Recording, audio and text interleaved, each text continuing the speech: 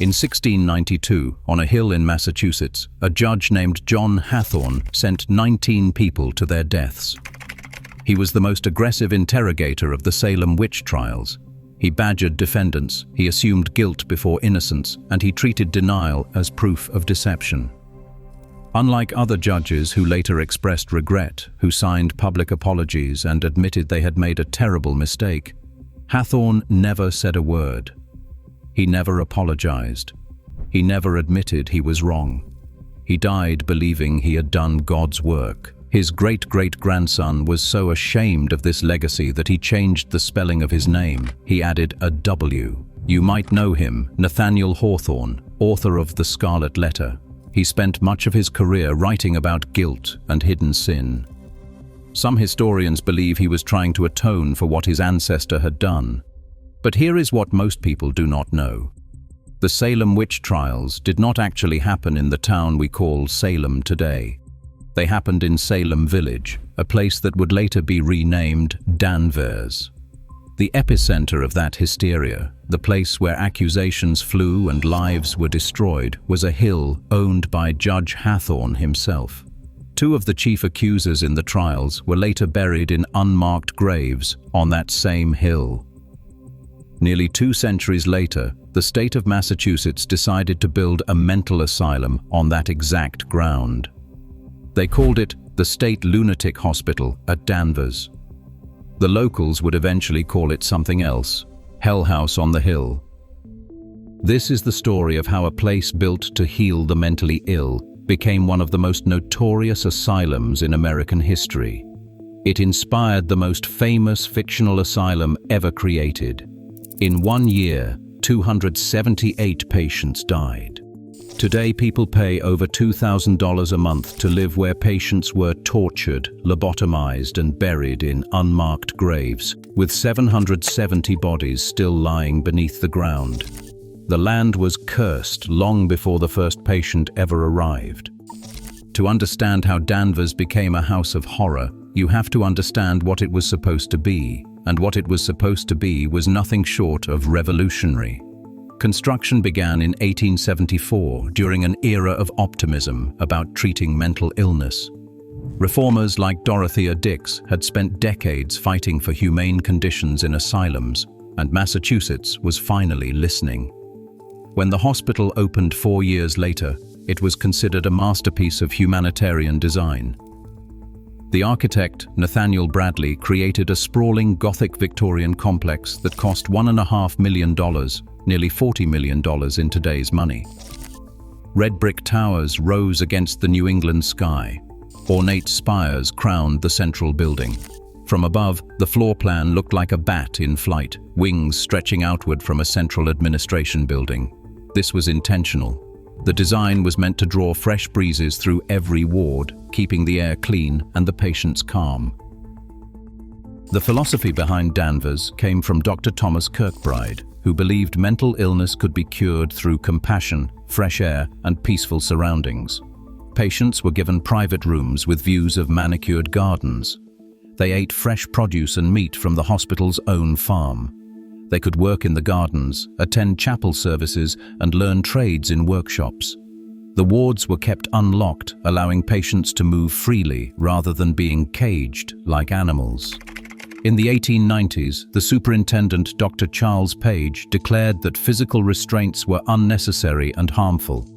He believed kindness was the cure. For a time, Danvers worked exactly as intended. By 1900, the hospital had treated over 9,000 patients with a staff of 125. It had a reputation as one of the finest mental health facilities in the country. Doctors came from other states to study its methods, and that reputation became its downfall. Because Danvers was so well regarded, the state kept sending more patients. Word had spread. If you had a relative who was mentally ill, Danvers was the place to send them. The problem was that the hospital was designed for 450 people. By 1881, just 3 years after opening, it held over 600. By 1885, nearly 800. By the turn of the century, over 1,100. And by the 1920s, over 2,000 patients were crammed into a space meant for a quarter of that number. The staff levels stayed almost exactly the same. The same number of doctors and nurses who once cared for 450 patients were now expected to manage 2,000. What happened next was predictable and horrifying. Patients were stored in attics, in basements, in hallways. The private rooms that had been a source of pride were divided and subdivided. Beds lined the corridors. Some patients slept on floors. They walked the hallways naked because there was not enough clothing to go around. They lived in their own filth because there was not enough staff to maintain basic hygiene.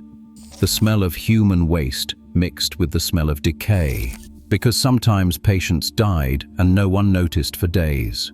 Their bodies were found decomposing in corners, in closets, in remote rooms that staff simply did not have time to check.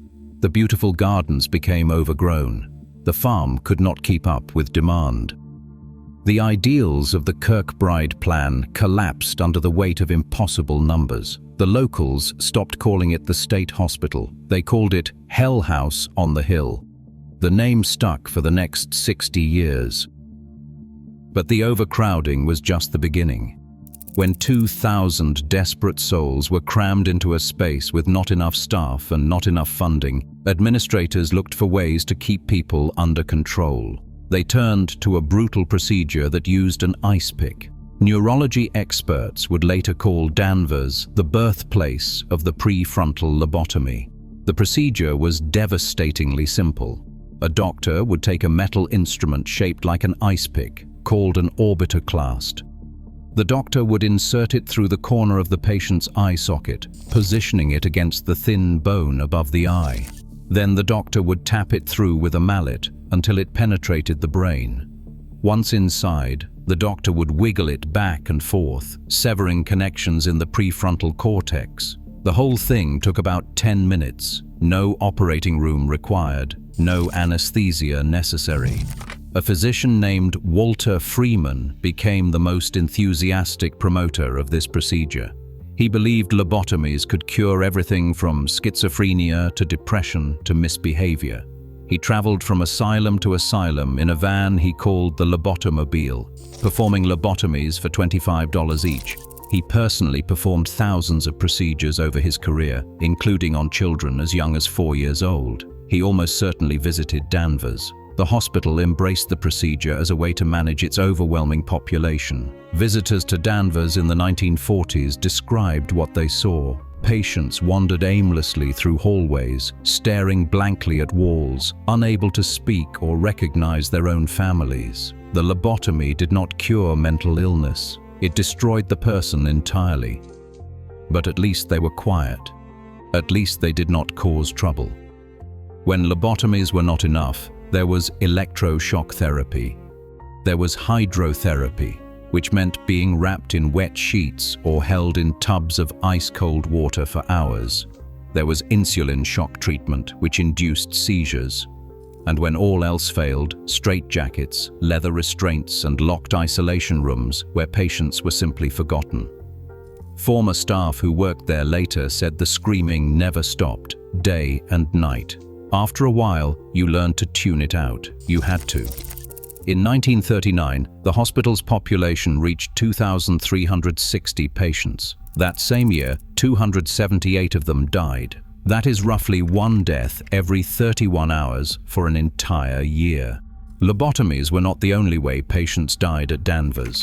In 1952, a patient named Charles Baker was beaten to death by other patients. The following year, another patient named Michael Coffey met the same fate. In 1955, the hospital's laundry superintendent, Leslie Jackman, was robbed and murdered by 2 young patients. Staff members died in altercations. Patients killed each other in the chaos of overcrowded wards where supervision was impossible. Decades later, in 1988, the superintendent was forced out after investigators discovered a female patient had been raped by a male patient, and the hospital had tried to cover up systemic security failures.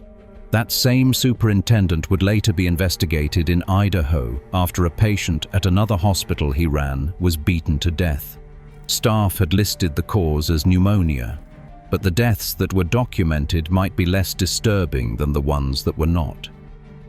In the 1980s, as Danvers was winding down toward closure, troubling reports began circulating among former staff and patient advocates. According to these accounts, dozens of teenage patients were quietly transferred or reassigned within a short period. Some claimed the number was over 100. The hospital never released records. No official explanation was ever given.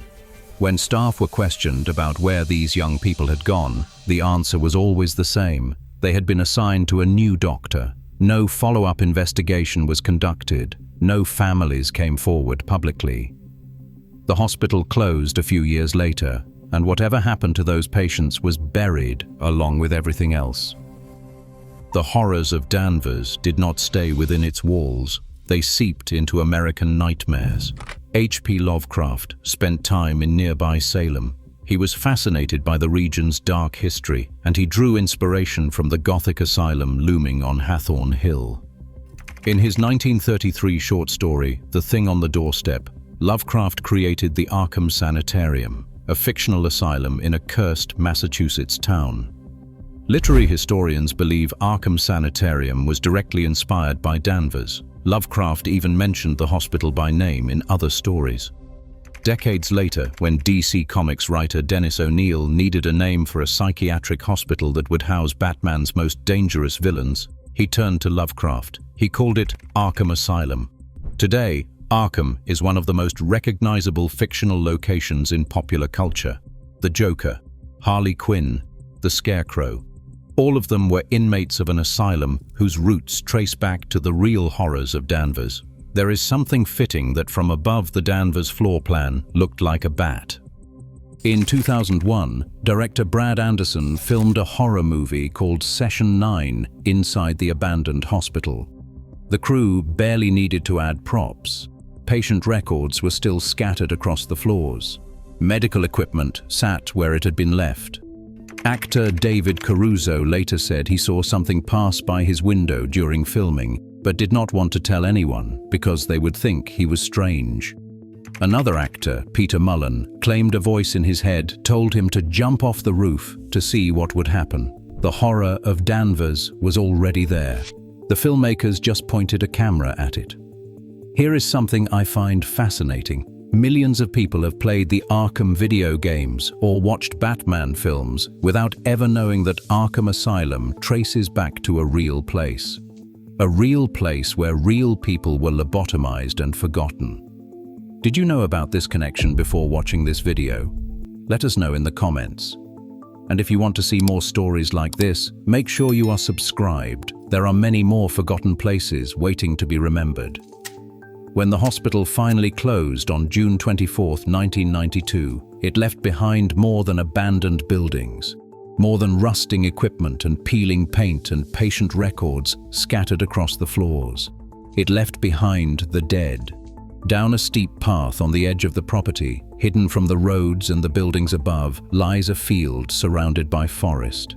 At first glance, it looks peaceful, just grass and trees and quiet.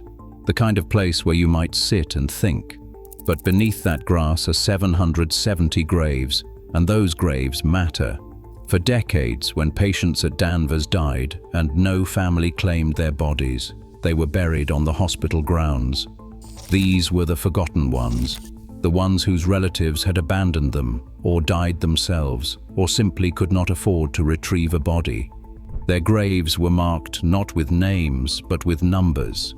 Small stone pegs pushed into the earth. Patient 247, patient 891, patient 1034. Numbers, not people. Numbers, not lives. Numbers, not mothers and fathers and sons and daughters who had once been loved by someone. After the hospital closed, the cemetery was abandoned along with everything else. The grass grew tall. Brush and weeds covered the numbered markers. Forest crept inward from the edges. The dead were forgotten just as thoroughly as they had been in life. Then, in 1997, 5 years after the hospital closed, a woman named Pat Deegan was walking her dog on the old hospital grounds when she stumbled into a field of numbered stones. She pushed aside the weeds and saw them. Dozens of markers, then hundreds. She had discovered the cemetery that everyone had forgotten existed. Deegan understood what she had found. She had worked in mental health herself.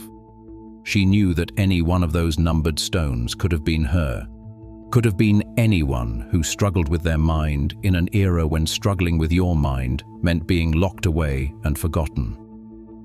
Deegan and other advocates formed the Danvers State Memorial Committee. Their slogan was simple and devastating. It could have been me buried in there. They organized volunteers to clear the overgrowth with rakes and shovels. They spent hours at the town hall, researching death records, trying to match numbers to names. They installed a memorial stone with an inscription that reads, "The echoes they left behind." Of the 770 patients buried in those two cemeteries, only 354 have had their names matched to their grave numbers. The rest remain anonymous forever. Even in death, the administrators at Danvers did not dignify their patients with identities. Today, people pay over $2,000 a month to live where those patients suffered. In 2005, Avalon Bay Communities purchased the 77-acre property for $12 million. Preservationists filed lawsuits. The hospital was listed on the National Register of Historic Places. It did not matter. The developers won. By 2006, most of the historic buildings had been demolished. Only the brick shell of the Central Administration Building was preserved, propped up, while an entirely new structure was built behind it. The rest of the sprawling complex, all those wings where patients had lived and died, was reduced to rubble. In its place rose Avalon Danvers, luxury apartments with swimming pools, fitness centers, and billiards lounges. Condominiums priced between $400,000 and $640,000. The property was later sold again for $108 million and renamed Halsted Danvers. A small plaque near the entrance mentions the site's history. Most residents probably walk past it without reading. And the cemetery where 770 forgotten patients lie buried is hidden down a steep gravel path that most people who live there do not even know exists. Richard Trask, the town archivist, called the preservation failure a monumental blot on Massachusetts history. He wrote that what might have been a dignified transformation of a magnificent structure is now a mere ghost image of itself. And we and our progeny are the losers. But the land, it seems, was not done with Danvers yet. On April 7, 2007, at approximately 2 o'clock in the morning, a fire erupted on Hathorne Hill.